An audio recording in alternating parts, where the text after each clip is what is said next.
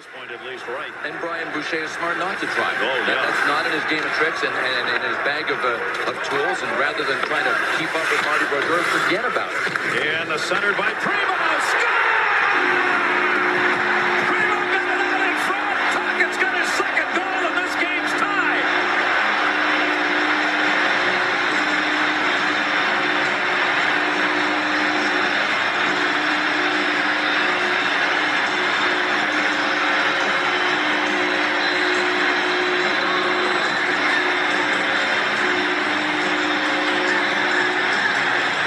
To know that Craig Ramsey, the Flyers head coach, would play this line a lot here in the third period because Rick Tocchet is finally caught on fire. 3 Devils around him, and he was still able to corral the pass from Keith Primo right here. Check it out. He had red.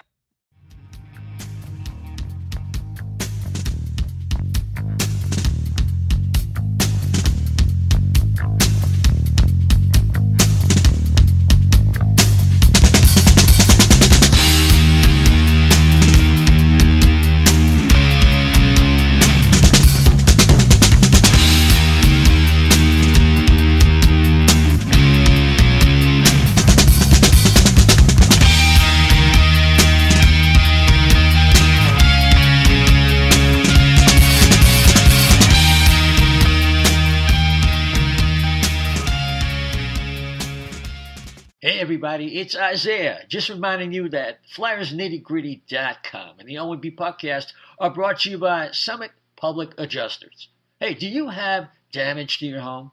Not sure who to call?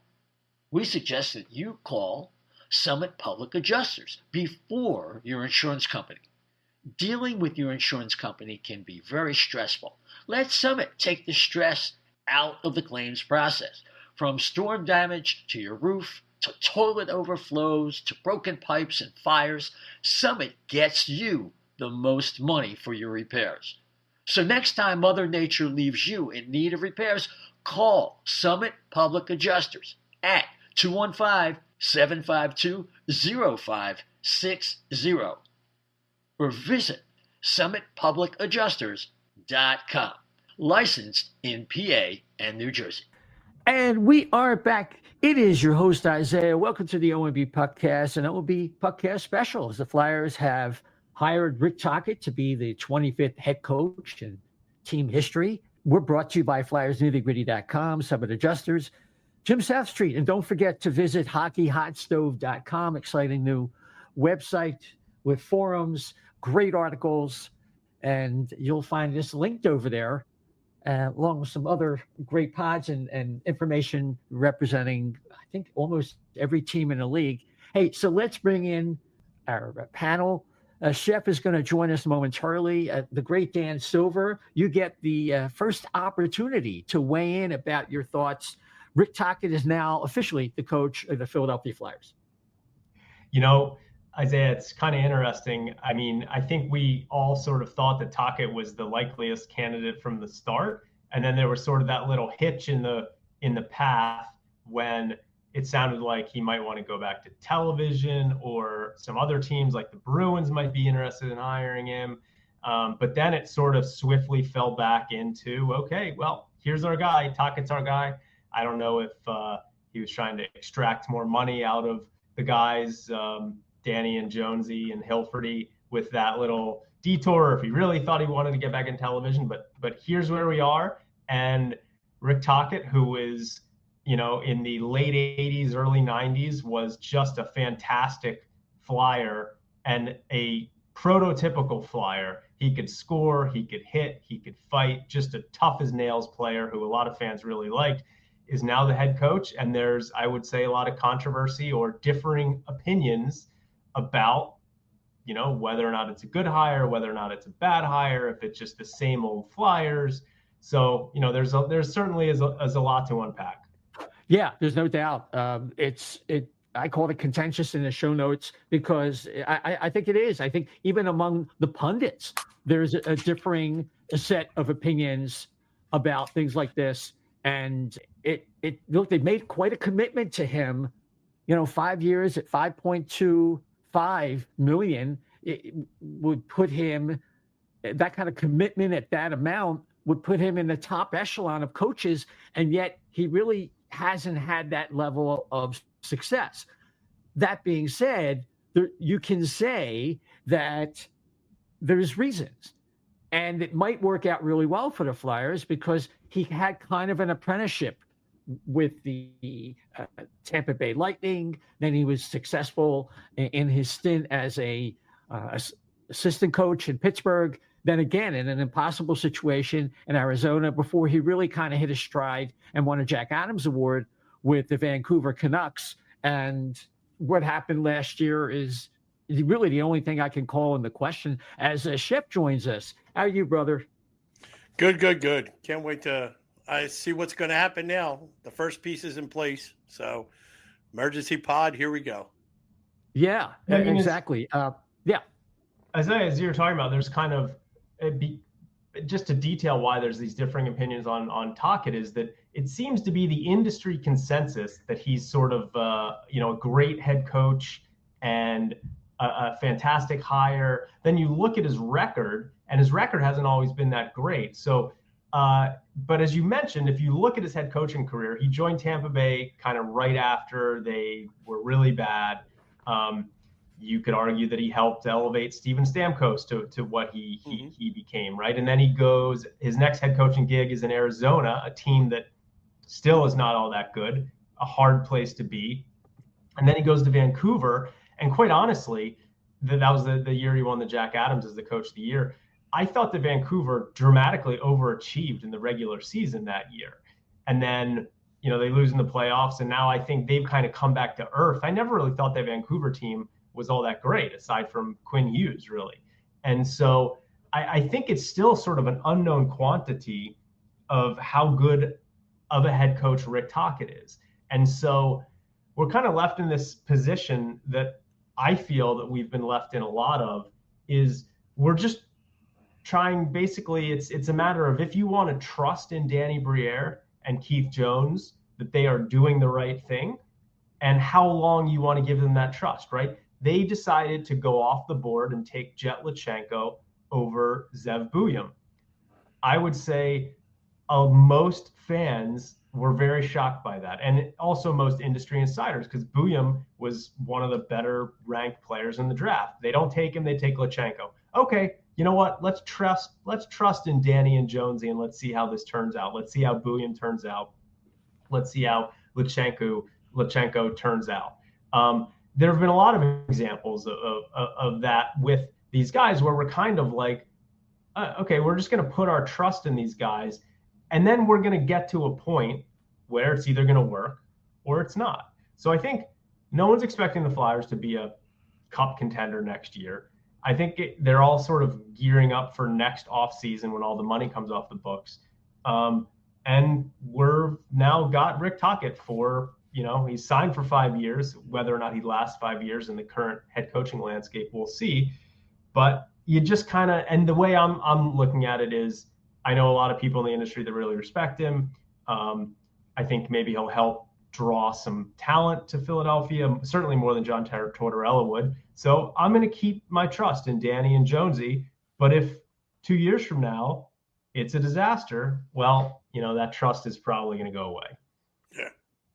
Agreed.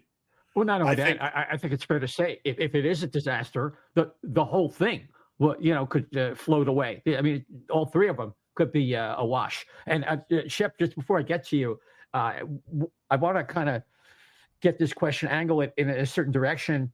That Keith Jones said, what is impressive about Rick is that players gravitate towards him and develop a strong relationship in the process. And when I read that, the first thing that popped into my mind was, okay, Tortorella came out not too good in that athletic poll of players, what coaches you would play for, and all that kind of thing.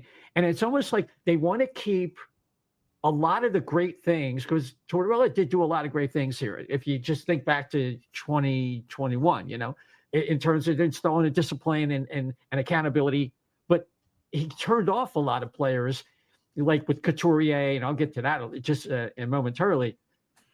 I mean, what did you think when you were reading all the praise and the things that the big three vertical players with the Flyers were saying about him. So one of the first thing that grabbed me was like when you look back on when we look back on the Torts era, people will say, "Oh, well, you know, he always had a whipping boy. Somebody was always in a doghouse," and it was basically you kind of felt like it was almost to prove a point. And you know, I didn't know Morgan Frost. I didn't know where I stood with him. He didn't tell me or something.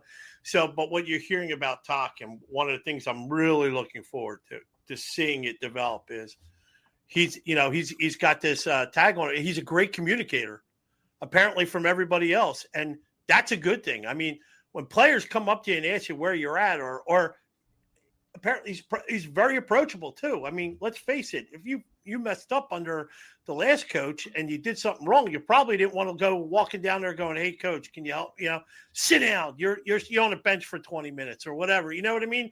So I feel like that there's a chance here to kind of like be good chef, bad chef, good coach, bad coach kind of thing, like to mentor instead of coming out at like a hard discipline thing. I really think that the communication part of it is going to be key, especially since we're influxing a lot of younger players now, and maybe even some more coming up in the next few drafts. I think it's very important. Wait, are you both good chef and bad chef? I was. Oh yeah, we used to play Batman and Robin, and I was always Batman, so it was kind of fun. Yeah, when at the time, Jeff, I had a kill record in one business. I don't want to brag, but it was over 100. A kill record? Yeah, well, we call it a kill record, like firing people. So. Oh my God! All right, remind me. It was a brutal. Yeah, I don't take pleasure in it, but I might have back then when I was a little in chef mode, let's say, more often than not. But yeah, Isaiah, you mentioned the Athletic did a poll where they asked players what coaches they don't want to play for, and Tortorella was high on the list. And at the Flyers season ticket holder town hall, which I was at, someone asked Jonesy and Danny about that, and they kind of laughed and said, the kinds of players we want are the ones who want to play for Tortorella. Now, obviously, that was the answer that they sort of had to give at the time, because what are they going to say? Mm-hmm. But it does seem to me that, that probably did weigh in on this, because we've all heard that next off season, all the money's coming off the books for various different salaries with guys who are on the team and who aren't currently on the team, and they really want to go after some free agents. Well, probably having Rick Tocchet around is going to help them try and lure guys more than having John Tortorella. So it seems like that sure went into the thought process a little bit. Oh, I think so. And what about that video they put out there on the Flyers account on X and probably every other social, with Coots one? Hilferty, Jones, and Briere, and they call Mr. Personality, Sean Couturier. Yeah. And he didn't really have this enthusiastic reaction. It was kind of like matter of fact. And the whole thing seemed kind of performative. And Couturier was really I thought it was kind of stiff. But I think there's a message there. And I see if you guys agree with me. The fact that they called Sean Couturier their captain. And if you see the seeds that were planted of Tortorella's demise was probably the benching of Sean Couturier and how that whole thing went down. It's almost like they're repairing a rift with the fan base, who really was upset about that particular and would express something like that at the season ticket holder meetings, and also kind of like, again, another reach out to players who were probably thinking, like, they're going to treat their captain like that. I mean, who wants to play for that SOB, right? So now Tocchet, who everybody, like Neri has said a discouraging word about Tocchet, especially from really high-level players like Quinn Hughes and Sidney Crosby, and they were asking Sanheim and Konechny, who worked with him as an assistant coach on Team Canada. Again, it's all positive, and it's almost like they're trying to seal up leaks in the ship that might have occurred under Tortorella. Dan, you want to tackle that? That whole thing seemed very staged. That video where they called Couturier seemed pretty staged to me. I mean, I can't imagine that they did that without telling him first that they were going to do that. Just to make sure that he didn't say anything that, but yeah, Couturier is not really that. I don't know, when he's talking, he's not really that kind of Animated. Exuberant, energetic of a guy. But yeah, that whole thing was weird, and it did seem completely arranged so that they could sort of exorcise the demons of John Tortorella scratching Sean Couturier. Chef. Well, you're old enough to remember, but it kind of reminded me of an SCTV sketch, because Coots on that thing, he couldn't have sounded more Canadian if he tried. Oh yeah, oh, all right, great, yeah. It's like, oh my God, is this Fargo too or whatever? So, but I thought, well, one, it served its purpose, but I liked one thing about it. They said, go ahead and tell all your teammates. Like, okay. And then Couturier said something like, yeah, well, I mean, in other words, confirmed that all the rumors, right? Yeah. So I like the fact that he said that, because like, if you're trying to rebuild all these relationships, you got to give some, I guess, like, I don't expect that. Probably Coots had no power as a coach, or not even a voice in the locker room, if that's the way that's what I got out of that, saying, go tell your team. Notice how he said it, go tell your teammates, not go tell the team. I thought that was very telling to me.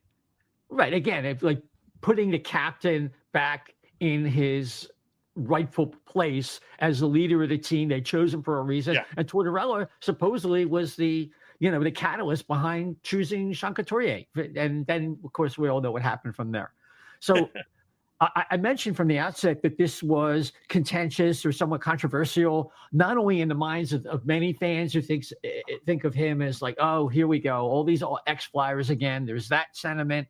And then there's the pundits also. I mean, we had Jordan Hall was, pretty positive. Give him a chance. He was kind of like, I understand where the fans are coming from, but here's what the facts say. Give him a chance. Kevin Kurz is totally on board and cites different reasons, like the stability that someone like Rick Tocchet can offer the Flyers as an ascending coach. It's just what the doctor ordered after Tortorella. And then Charlie O'Connor and I believe to some extent Bill Meltzer were a little bit ambivalent about the hire. And I think Charlie in particular went through, positives and negatives, and to try to address both sides of the story. Dan, how did you read it if you picked up on any of the media? Yeah, no, I think you're exactly right. I think that Charlie is sort of not really a big proponent of it, but he's Charlie. So he's trying to be very analytical and kind of look at it from all perspectives. And, I don't think he hates the hiring.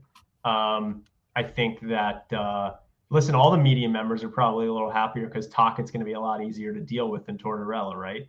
But I don't think Charlie hates it. I watched Charlie's video with him and Bill Matson. One interesting thing he said was, Flyers fans ages 45 and up are probably going to have a different take on it because our memories of Rick Tocchet are different than people who didn't really get to watch him play, right? He said it would be like if they hired Wayne Simmons as their head coach, right? A lot of the people in the 25 to 35 age range would say, oh, I remember Wayne Simmons. Let's give him a shot, right? So with Tocchet, I think it's kind of the same thing. Yeah, Bill Meltzer, like you said, he wrote some articles that were, kind of in the middle on Tocchet. I think he probably thinks Tocchet's an average coach. He's got some stuff to prove. But for me, again, it comes down to the fact that I still, at this point, have to trust in Danny and Jonesy. I think that there is some untapped potential there with Tocchet because he's never really had a good team to coach. Now, next season with the Flyers, I don't think he is going to have a good team to coach. One of the things that'll be interesting is who do they bring in?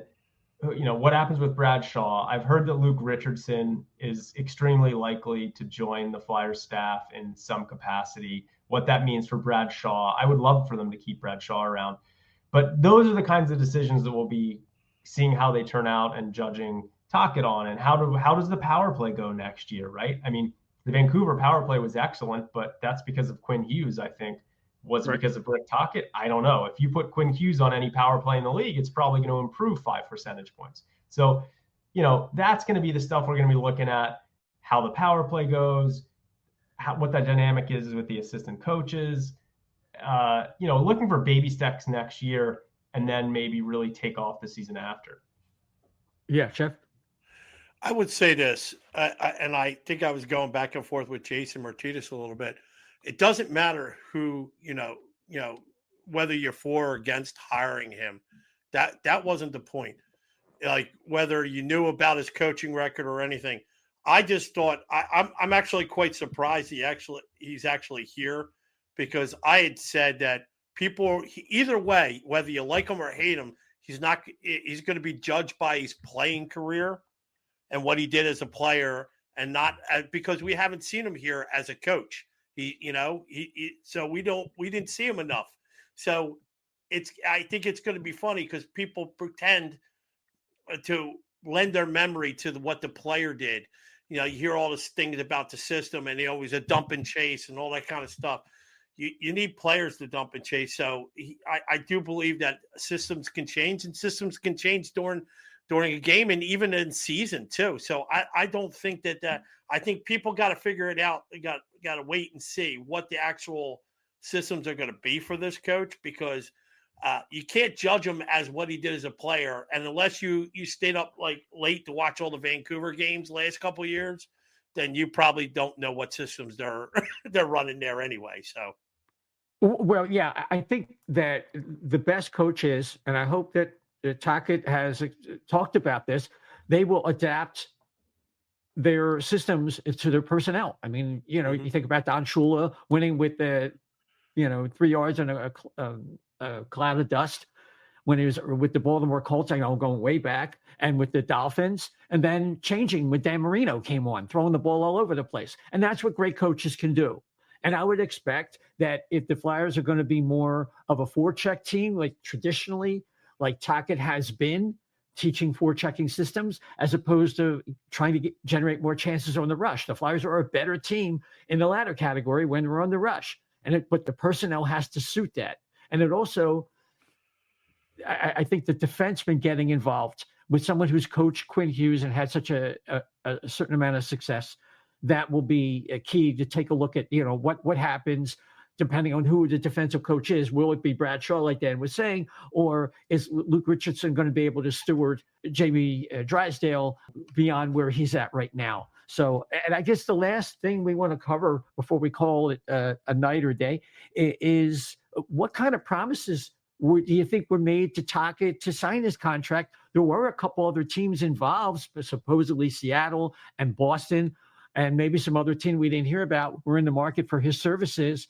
Does this mean that the Flyers are going to be maybe a little bit more aggressive in maybe getting a center and getting a goaltender? Because a coach is only as good as a goaltender, like Jason's been talking about. Dan, you want to weigh in there? Yeah, I don't necessarily think this changes what their plan was, because for me, again, as I mentioned, next offseason is when a lot of the money comes off the books. But I still thought that they were going to be a little bit aggressive this offseason, because they do have some money to spend. They could offer sheet an RFA. They could get a little creative this offseason and then go for the big splash next offseason. I don't think that necessarily changes, because I do think Rick Tocchet, after being the places he's been, he wants to win, right? He wouldn't have gone somewhere that was entering a 5-year rebuild, right? But the way that the Flyers are currently positioned is they've got their superstar winger, Matvei Michkov. They need to find some other star players, but they've got the number 6 pick in the draft this coming year. They've got Jet Lachenko coming. They've got some good young talent coming. So I think probably the way they would have laid it out to him is, hey, next year is going to be a good year for you to learn the players, learn the environment, make some strides, maybe get us closer to a playoff spot. And then the following off season, 2026, the summer, we've got all this money to spend. We're going to try and go after whatever, Connor McDavid, blah, blah, blah, Kirill Kaprizov. We're going to try and go after some of these guys with all this money, and then we're really going to be ready to take off. So I think that was the Flyers' plan anyway, even before Tocchet was here. So I think probably the plan is still the same, but the plan was to be really aggressive starting next offseason and hopefully become a perennial playoff team. trending into a cup contender, and that fits in with the 5 years that Tocchet has signed for. Yeah. Mm-hmm.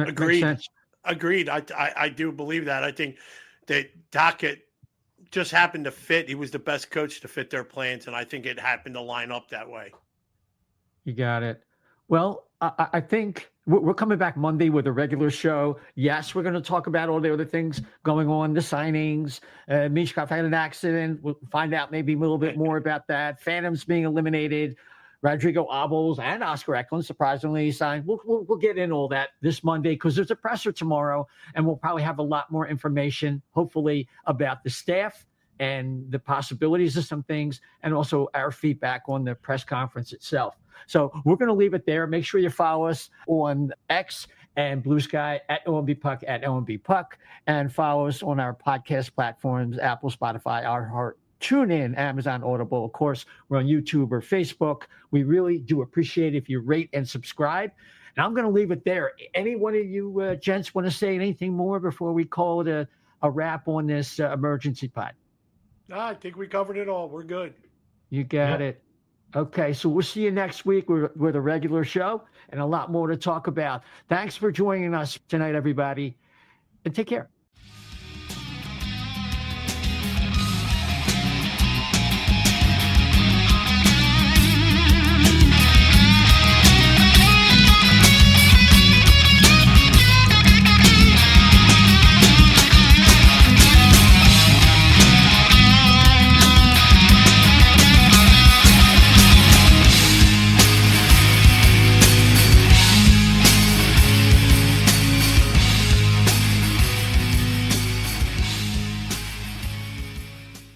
Hey, everybody, it's Isaiah, just reminding you about Jim's South Street, 400 South Street in Philadelphia, PA. They're back. That's right. After the fire, they've returned. And now you have, in the 40-year tradition of Philly cheesesteaks, Jim's South Street down on 400 South Street in Philly. If you're down there, check it out. The finest cheesesteaks, hoagies, and fries in the grandest Philadelphia tradition. You know you want one. And if you're down there, if you live down there, of course, you can use Grubhub or DoorDash, whatever it takes. Jim's South Street, 400 South Street in Philadelphia. They're back. Get one soon.